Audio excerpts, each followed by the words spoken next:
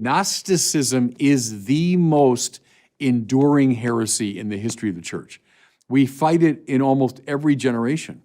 It's a very, very stubborn heresy. Irenaeus fought this heroic Gettysburg-like battle against it in the 2nd century, and his book remains a sort of monument of how to deal with this problem.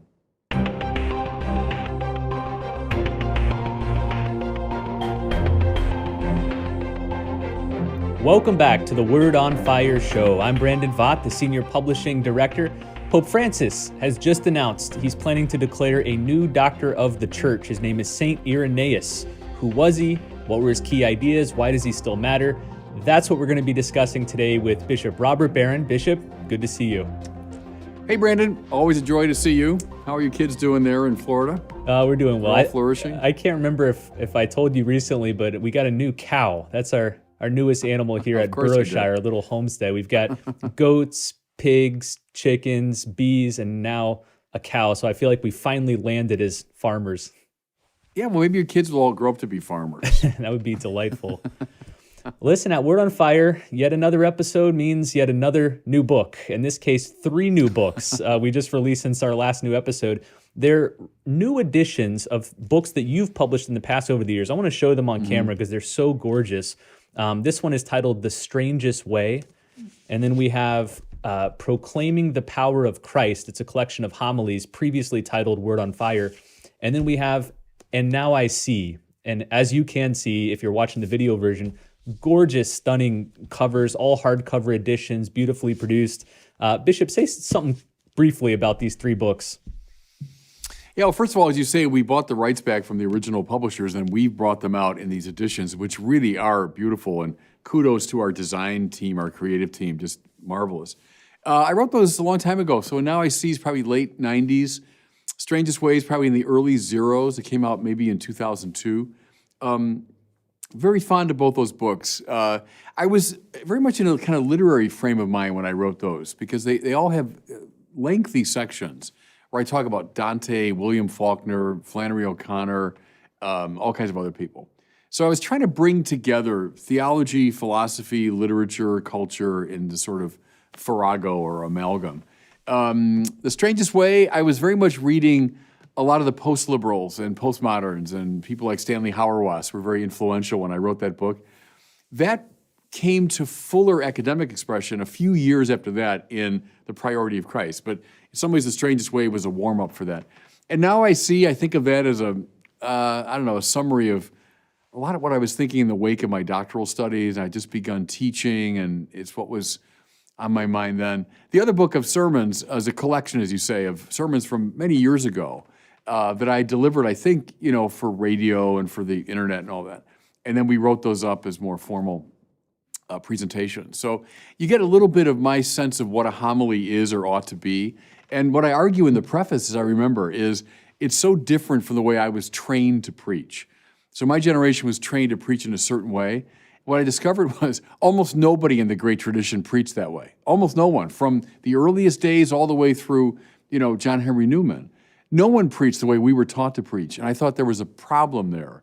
And I wanted to show with these sermons, I think, a better way to do it. So you can get all 3 books in the Word on Fire bookstore. I'll have a link below this video, but it's just bookstore.wordonfire.org. And I think we're running a special right now where you can get all 3 of these books at a huge discount bundled together. So be on the lookout for that. All right, Bishop, let's turn to the great Saint Irenaeus. As I mentioned, Pope Francis just announced informally, I think it was part of another event, he kind of just let it slip that he's planning to formally declare Saint Irenaeus to be a doctor of the church. So I thought we'd kick around the significance of that announcement and then look at some of Irenaeus' key ideas and impact. So let's start with the basics. Who was Irenaeus? When and where did he live? What's he best remembered for? A great figure, one of my favorite of the church fathers. It's interesting, Brandon, you mentioned the announcement from the Pope.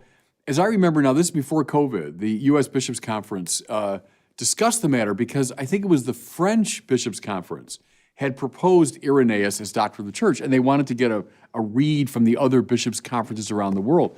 So it was Cardinal DiNardo was the president at the time, and he's a great patristic scholar.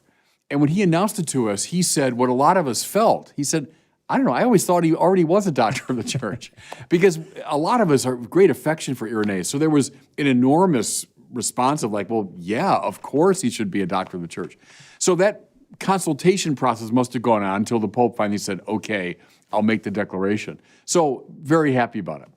To your question, Irenaeus, he's a figure from the 2nd century, a very early figure. He's born, we're guessing around 130. We don't know exactly. He died, we're a little more exact here, right around the year 200. Irenaeus was born in the East. So he's born in what today is called Izmir. It was called Smyrna back in the day. You might remember St. Polycarp, a famous martyr, was the bishop of Smyrna. And Irenaeus proudly says over and over again in his writings, I was taught by Polycarp, who was taught by John the Evangelist. John the Evangelist had evangelized and trained Polycarp, who in turn influenced Irenaeus. So he's from that part of the Christian world where it began in the East. Then he makes his way, we don't know entirely why, we're not real clear, first to Rome and then north to what's present-day France. And it was called Lugdunum in those days. It was a Roman sort of colonial town. It's now called Lyon. So Lugdunum has evolved into the French word Lyon. So he's called Irenaeus of Lyon today. But there he established himself and engaged in one of the great intellectual projects in the whole Christian tradition. You think of, if you like, the 5 or 6 greatest works of systematic theology, and you'd mention, the City of God of Augustine, you'd mention the Summa of Aquinas, you'd come up through, Karl Barth and people like that in the 20th century. But one of the really earliest and greatest of these systematic presentations of the Christian faith is the Adversus Haereses of Irenaeus. That just means against the heresies, right? What were the heresies of that time?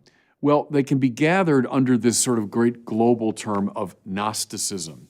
So that's the way to name the central project of Irenaeus, was to present the biblical view of life over and against a Gnosticizing interpretation of Christianity.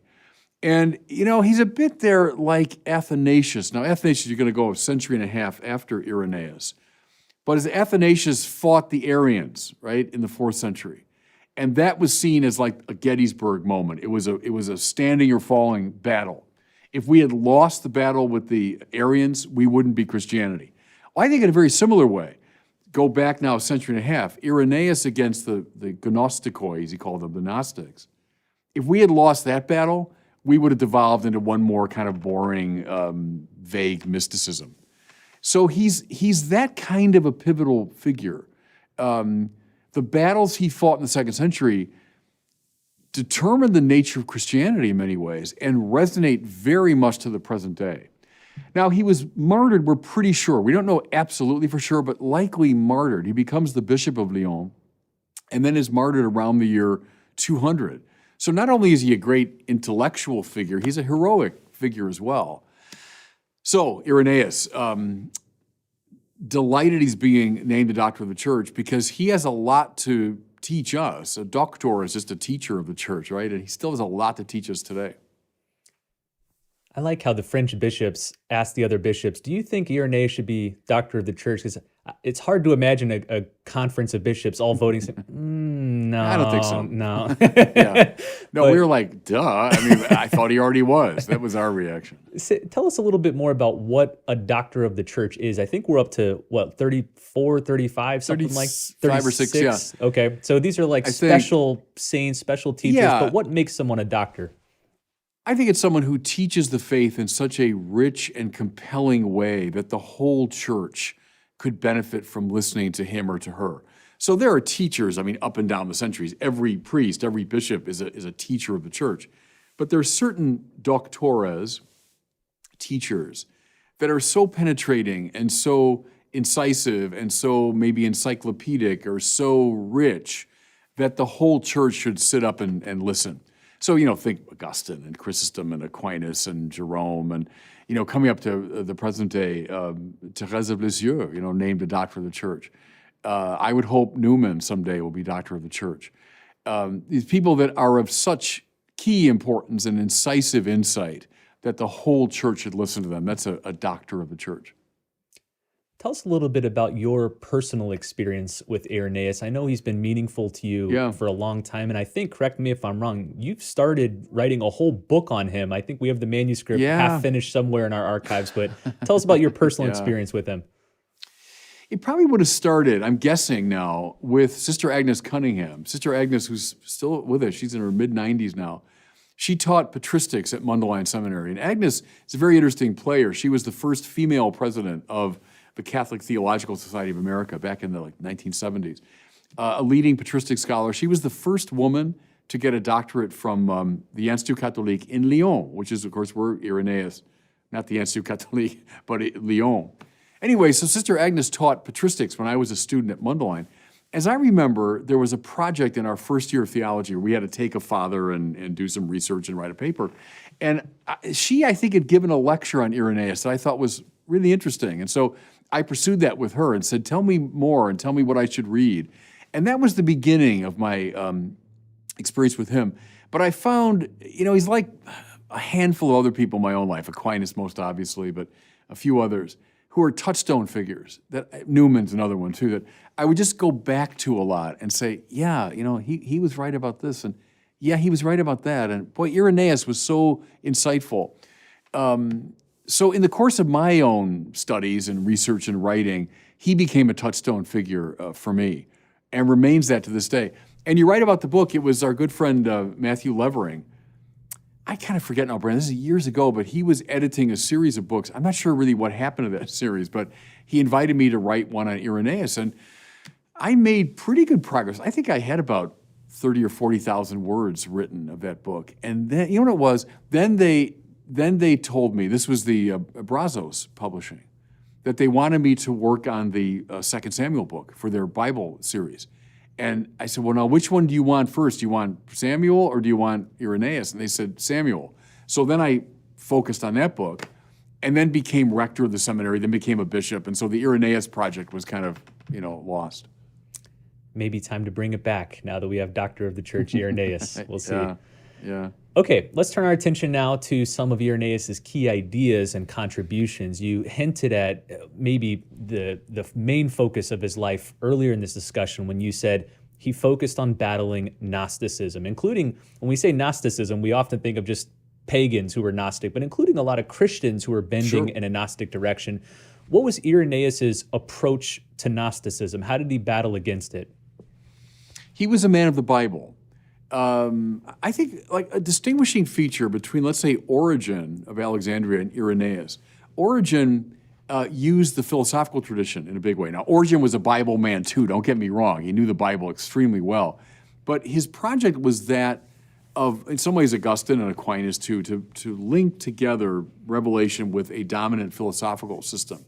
In their case, Platonism and Middle Platonism, Thomas's case, Aristotelianism. I'd say with Irenaeus, though, he's not playing that game at all. He's not trying to reconcile Christianity with a philosophy. He's coming consistently out of the biblical vision of things.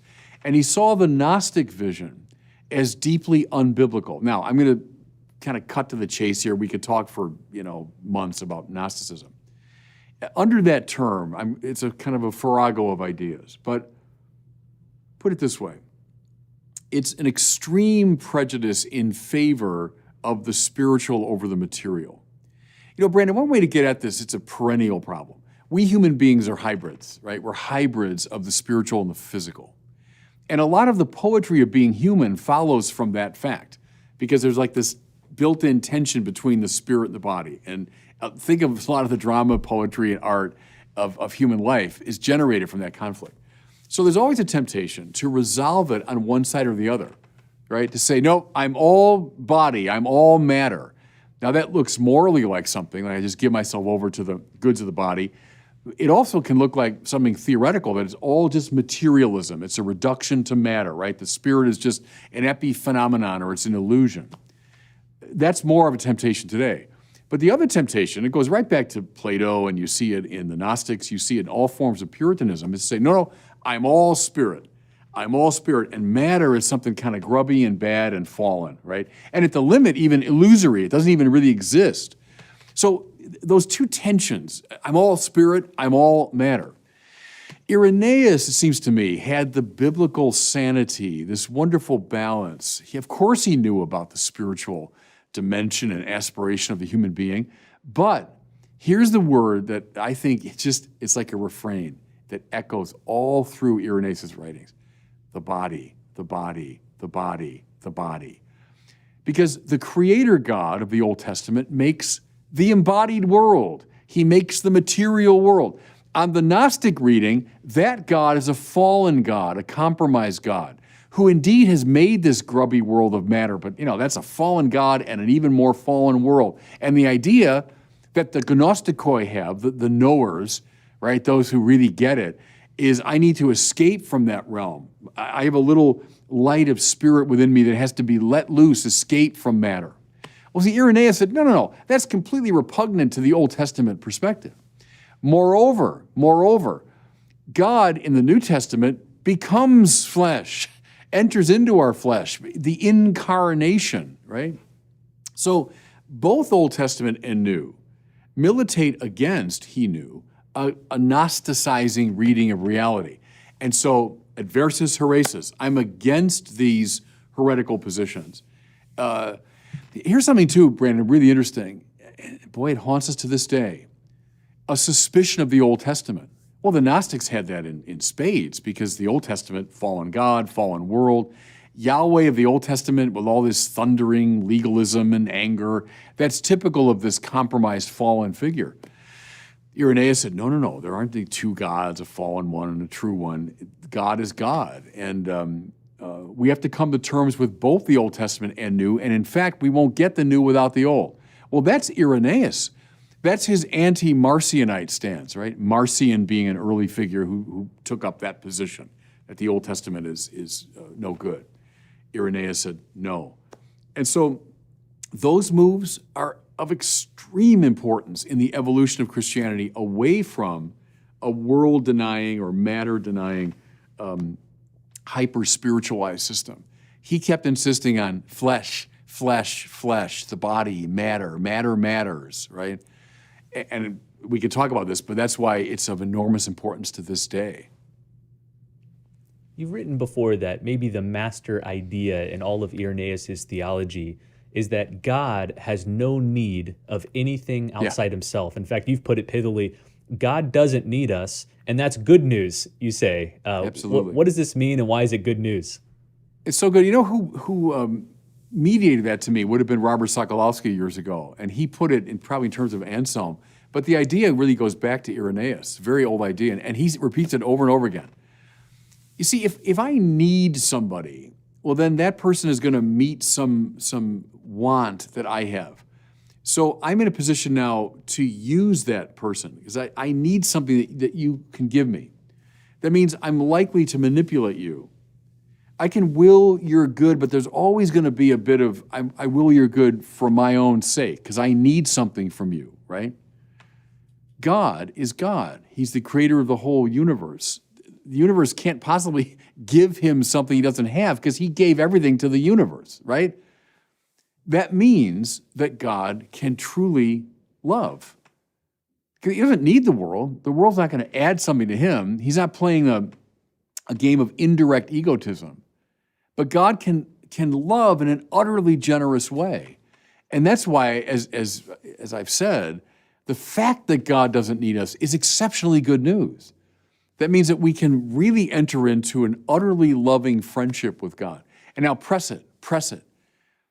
When I get that divine way of being into me, and we call that grace, right? When God gives me a share in his own life, now I can love in that disinterested way.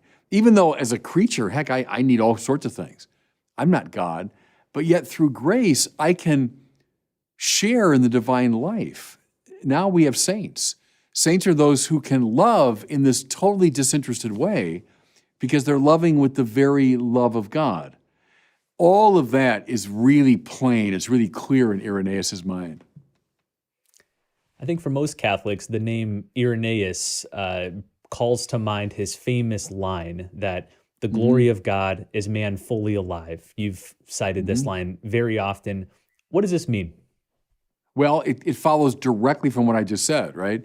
So Gloria Dei Homo Vivens. The glory of God is a human being fully alive. If God needed us in some way, well then his glory would be, no, if I can take advantage of you, I can get something from you for my own benefit. God would be glorified in the measure that we're kind of put down or used as his servants. You want to see this in action? Look at all the ancient myths that Irenaeus would have known very well in his world, right? The Greek and Roman myths are full of divine figures who need adulation, they need something from the world, and they end up manipulating the world and dominating the world. Their glory is that we be put down. Look at the myth of Prometheus, right? As Prometheus tries to steal fire from the gods, well, the gods are outraged, and they perpetually punish this usurper. Well, sure, that's the way a needy, self-absorbed divinity is going to act. But the true God, in the world, he wants to give us. What did Jesus say? I've come that you might have life and have it to the full. I want to give you everything. Well, that God's glory, therefore, is a human being fully alive. That when I'm on fire with God's life, God's glorified by that. He's not competing with it, That's the language of grace. And I've called that the non-competitive transcendence of God. God transcends the world, yes, indeed, but in such a way that he's not competing with the world. I've used the image, and this, is very Irenaean, of the burning bush. As God gets close to his creation, he lights it on fire and makes it more beautiful, and he doesn't consume it. So the bush is not consumed, it's more fully itself. That's an Irenaean idea that has huge implications for the moral life and the spiritual life. As you said earlier, Irenaeus wrote systematically about almost every aspect of the Christian faith, including salvation. And another of his master ideas, if we can use a little bit of jargon, is the recapitulation theory of atonement. So, this is found a little bit in St. Paul, then in Justin Martyr, but Irenaeus gives it its first full expression. What does Irenaeus mean by recapitulation? Yeah, his word in the Greek is anakephalaiosis. Kephale in Greek means head, and so head gets translated as caput in Latin. So anakephalaiosis becomes recapitulatio in Latin, hence our recapitulation. What it means, and you're right, it's borrowed from Paul, especially in Ephesians, that Christ becomes the head under which all of creation is gathered. In that sense, he recapitulates all of time and space and history and humanity. All of it comes together in him. That great Pauline image of Christ come to full stature, right? Well, Irenaeus loved that idea and then rang the changes on it. You're right, Brandon, in putting your finger on this age-old problem in theology of, why did the incarnation happen? And there's a kind of reparative theory, it's identified often with Thomas Aquinas, that God became human, that he might save us from our sin, he might repair a fallen world. Well, true, obviously, that's obviously right.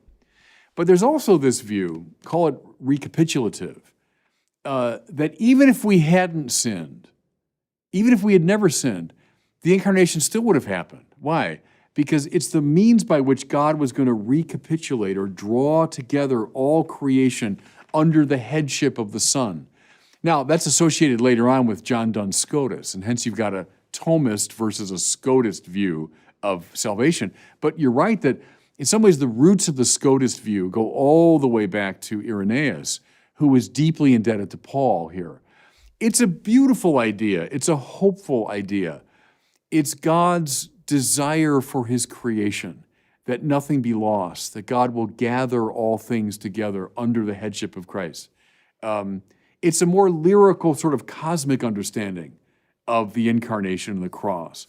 See, the danger, I suppose, of a purely reparative idea is it becomes very much focused on us and on us fallen human beings, where the recapitulative idea is cosmic in scope, and it speaks of what God wants and desires for his whole creation.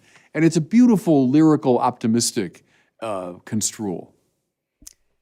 We mentioned at the outset how the context of this announcement that Pope Francis will be declaring St. Irenaeus to be a doctor of the church was he was speaking to an ecumenical group of Catholic and Orthodox theologians. And he said this, I'm quoting Pope Francis, "Your Yeah, patron, St. Irenaeus of Lyon, whom I soon will be declaring a doctor of the church, with the title Doctor Unitatis, Doctor of Unity, came from the East, exercised his episcopal ministry in the West, and was a right. great spiritual and theological bridge between Eastern and Western Christians." Say Yeah. something about this idea of Irenaeus as a bridge figure. It's a very important idea, and he's right, first of all, in the kind of geographical sense that literally he moved from the east to the west, and so he's a bridge in his own person. He carries a more Eastern style of thinking into the West. See, keep in mind now, this is a very interesting and long historical problem. The definitive break between the East and the West is in 1054, so long after the time of Irenaeus. But prior to that split, you can see certain differences in theological style and emphasis. For example, in Trinitarian theology, the East tends to emphasize the distinction of the persons. The West tends to emphasize the unity of God. Now, each says the other as well, but there's a kind of style, of theologizing.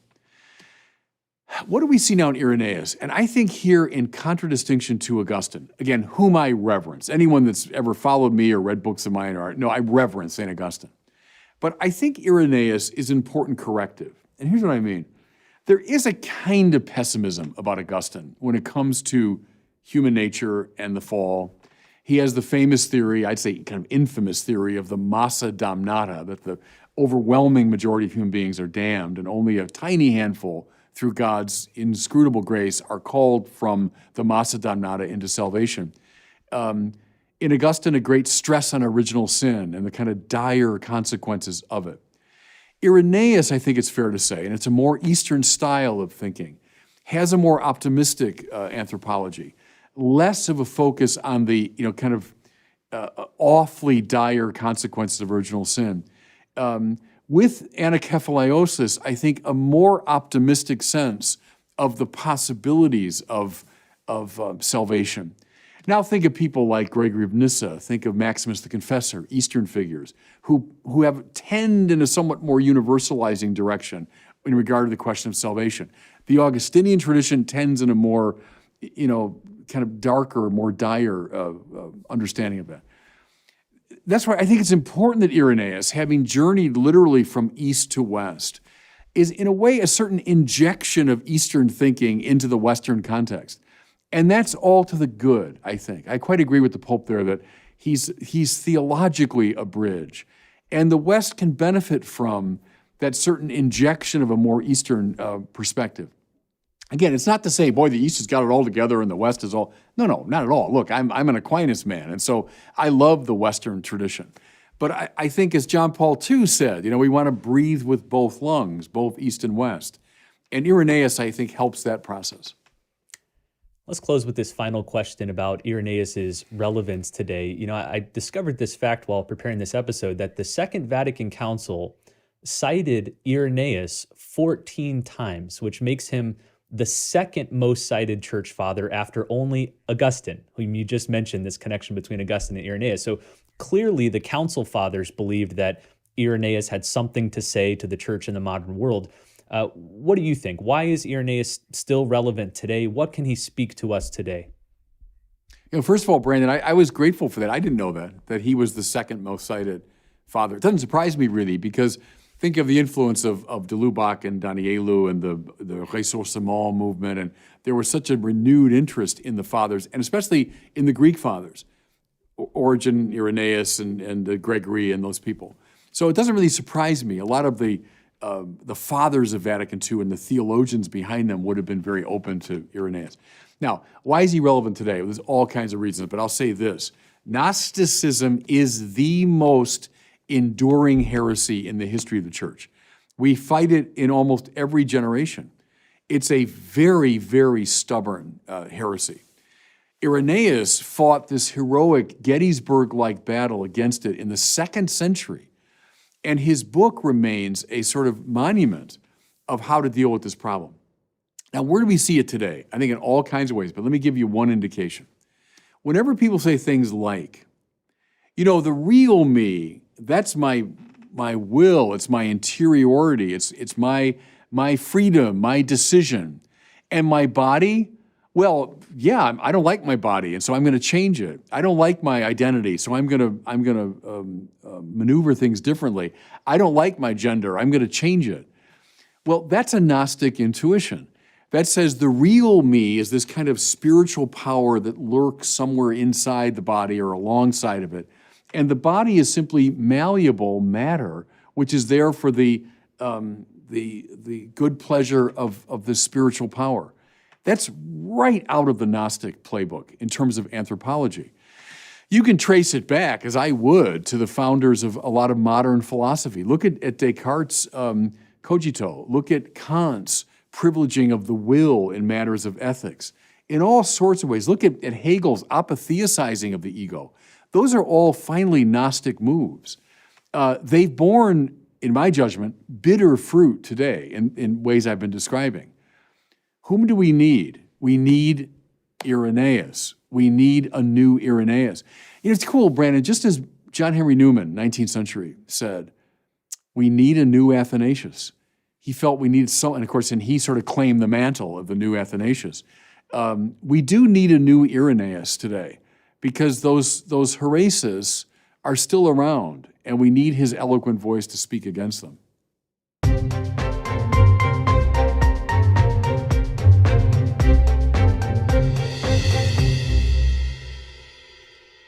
Well, it's time now for our listener question. Every episode, we like to have a question from one of our listeners that Bishop Barron answers here on the air. So if you have a question, send it in to us at the website askbishopbarron.com. Today, we're hearing from Nick in Colorado. He has a skeptical friend, and he's hoping Bishop Barron can help him respond. Here's his question. Hi, Bishop Barron. My name is Nick, and I'm from Colorado. I have a friend who claims that nothing really exists because we can't prove that it exists. What is the Catholic philosopher's response to this worldview? Thanks. Well, I just badmouthed Descartes a little bit, but let me claim him. Or even go back behind Descartes to Augustine, because Descartes' famous cogito, right? Cogito ergo sum. So in the face of the most withering skepticism, that I'm skeptical about everything because it could be an illusion, it could be a dream, etc. What's the one thing I can't doubt? That I'm doubting. You could say dubito ergo sum. I doubt, therefore I am. At the very least, the doubting subject has to exist. Otherwise, the doubt wouldn't be possible. Well, the roots of that, as I suggest, are Augustinian, because he said in his Latin, si fallor sum. If I make a mistake, well, at least I am. Right? So the skeptic says, look, I'm mistaken about everything. Well, si fallor sum. If I'm mistaken, at least I'm there as a subject of this mistaken judgment. The point is, you can't finally engage in an utterly destructive skepticism, because the very act of being skeptical grounds you in something like reality, right? Now, once you see that truth is kind of self-evidently known, I think it'll follow by certain steps that other truths are self-evidently known. Now, I'm with Newman on this. Newman said, look, most of life, it's true, is known not with certitude, but with probability. And that's true. Is Brandon really in Orlando? Well, I don't know that. This could be, maybe he's next door and they're just sending this image on the screen, Do I think that's true? Well, absolutely not. I think it's extremely probable that Brandon, in fact, is in Orlando, and I'm talking to him by means of this camera. Sure, we can play that game, that certain things are known with an apodictic certitude. Otherwise, the project would fall apart. And then I think most things indeed are known to varying degrees of probability, but we shouldn't let that cripple us psychologically. Well, as we wrap up here, I'd like to remind you once again to get your copies of the new editions of Bishop Barron's 3 best-selling books. Again, The Strangest Way, Proclaiming the Power of Christ, and then And Now I See. Again, gorgeously designed hardcover volumes. You can pick them up at the website bookstore.wordonfire.org. I will also include a link in the show notes. Well, thanks so much for listening. We'll see you next time on the Word on Fire show.